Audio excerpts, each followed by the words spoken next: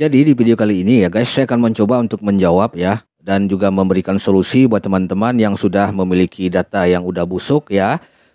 Itu bagaimana caranya agar bisa digunakan kembali ya untuk melakukan pengajuan pinjaman online sehingga bisa dicairkan ketika teman-teman membutuhkan dana cepat cair gitu ya, dana instan. Nah, di sini saya akan mencoba untuk menjawabnya. So, simak video ini sampai selesai.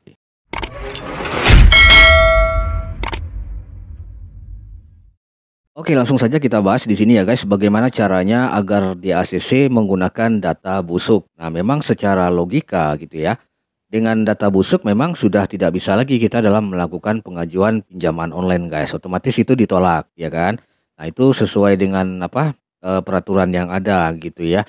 Namun tak jarang dengan menggunakan data busuk itu seorang konsumen ya ataupun seorang nasabah pinjol itu bisa di ACC pada saat pengajuan pinjaman online-nya. Nah, itu telah saya buktikan juga guys gitu ya. Kalian bisa lihat ya di video-video saya dan juga pengajuan-pengajuan saya di Traveloka Paylater, Dana Paylater, Oppo Paylater. Nah, itu bagaimana caranya. Nah, gitu ya. Di sini saya akan coba untuk kupas ya. Ada beberapa hal yang harus teman-teman perhatikan gitu ya dengan menggunakan data busuk. Kalian bisa mengambil celah ini gitu ya agar bisa di ACC di pinjaman online gitu ya. Nah, gitu. Nah, yang harus teman-teman perhatikan ya pada saat ingin melakukan pengajuan pinjaman online gitu ya. Teman-teman harus pilih-pilih dulu pinjolnya gitu ya. Pinjolnya dipilih dulu ya, artinya pinjol yang benar-benar sudah tidak ya memblacklist nama kalian langsung ke BI checking. Nah, itu harus pilih-pilih. Nah, videonya juga sudah saya share ya beberapa pinjol yang bebas BI checking gitu. Namun ada kalanya ketika kalian sudah terlanjur melakukan pinjaman online di aplikasi pinjol yang sudah mendirect nama kalian di BI checking. Nah, ini yang menjadi masalahnya di sini gitu kan. Nah, jadi bisa dibilang data kalian itu sudah busuk parah gitu ya. Nah, ini yang menjadi pertimbangannya gitu ya. Ini yang menjadi permasalahannya gitu. Nah, saya paham kalian juga membutuhkan pinjaman ya dan tentunya ingin mendapatkan beberapa trik ya ataupun cara yang paling optimal sehingga nanti pada saat melakukan pengajuan pinjaman online kalian bisa mendapatkan dana yang kalian butuhkan gitu ya. Kalian mau mencairkan kemana? Ke rekening bank, ke Dana, ke Oppo, nah itu bisa mulus gitu ya. Nah, ini ya, yang harus kalian perhatikan gitu ya. Kalian silakan cek dulu BI checking kalian ya sebelum kalian memvonis data kalian itu udah busuk gitu ya. Silakan dicek dulu data BI checking kalian. Ya, itu bisa kalian masuk di form ini OJK gitu ya, form OJK. Nah, di situ bisa kalian daftarkan diri kalian gitu ya. Dan kemudian kalian bisa juga melihatnya secara online juga melalui aplikasi Score Live. Nah, di situ juga akan tertera juga secara real data BI checking kalian, data yang sebenarnya kredit skornya ya, nilai dari data kalian itu bagaimana gitu ya. Nah, gitu. Nah, itu juga harus kalian perhatikan.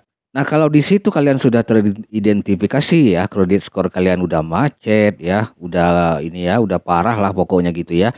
Nah, segera kalian lihat apa aplikasi pinjaman online atau perbankan mana yang kalian mengalami mengalami gagal bayar tersebut gitu ya.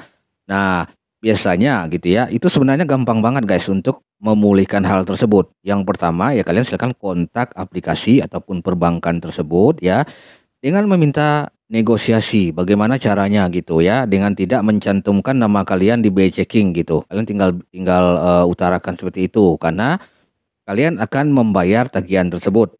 Nah ya, ini janji kalian bayar tagihan tersebut agar nanti data BI checking kalian itu kembali bagus dan pulih gitu ya. Dan perhatikan beberapa pinjol yang berikut ya seperti Akulaku, Kredivo ya, Shopee gitu ya. Nah, tiga ini dan satu lagi ada lagi Indodana. Nah, itu juga dan perbankan ya. Nah, perhatikan di situ.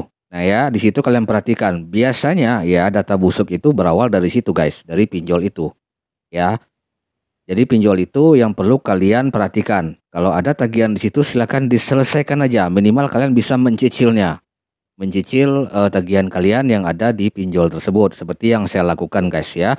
Saya banyak mengalami gagal bayar di beberapa pinjol OJK, namun ya itu ya, pinjol OJK selain dari 3 itu tidak berpengaruh sama sekali terhadap biaya checking saya, gitu, oke. Nah ini trik pertama ya guys, silakan dibersihkan dulu hal itu, silakan diselesaikan dulu hal itu gitu ya. Nah kemudian selanjutnya, strategi kedua, ya silakan kalian, gunakan handphone terbaru ya, handphone dengan IMEI yang berbeda. Ya, kalau kalian mengajukan di pinjol OJK lainnya, misalkan kalian mengalami gagal bayar di misalkan di Kredivo ya. Nah, kalian ingin mengajukan pinjol di pinjol OJK seperti Cas Cepat atau Kredito. Nah, silakan kalian gunakan handphone yang berbeda. Ya, jangan handphone yang pernah kalian gunakan pada saat gagal bayar tersebut gitu. Ya. Nah, itu. Ini hal penting sekali buat kalian perhatikan agar data kalian itu tidak terbaca oleh pihak pinjol tersebut. Dan kemudian yang tak kalah penting, ya silakan kalian perbanyak transaksi kalian di rekening bank kalian yang kalian gunakan pada saat melakukan pendaftaran di pinjol yang ingin kalian lakukan pengajuan. Ya, silakan banyakin transaksinya, entah itu uang masuk, uang keluar, silakan diperbanyak gitu. Oke. Dan jangan lupa juga kalian perhatikan data-data penting ya seperti KTP ya, KTP-nya pada saat input datanya itu silakan dilihat secara jelas. Apakah foto tersebut sudah, terlihat dengan jelas gitu, jangan sampai terhalang oleh cahaya atau dan sebagainya gitu. Jadi kadang-kadang hal kecil itu juga akan berpengaruh pada saat proses pengajuan pinjaman online kita gitu ya. Nah, pihak pinjol tidak akan tidak akan bisa melihat KTP kalian gitu. Atau mungkin mereka meminta slip gaji kan. Nah, slip gaji juga, nah itu kan jarang sih sebenarnya, tapi kalau ada ya nggak apa-apa kalian tambahkan. Jangan diabaikan ya kalau ada mereka meminta data ya yang di situ bertulis opsional. Nah, di situ kan ada opsional. Nah, jangan kalian abaikan. Silakan diinput semuanya data-data yang diminta gitu ya. Nah, ini berdasarkan dari pengalaman saya. Oke, jadi mungkin teman-teman yang bisa saya sampaikan semoga bermanfaat. Akhirnya saya ucapkan assalamualaikum warahmatullahi wabarakatuh. Markisan sukses buat kita semua.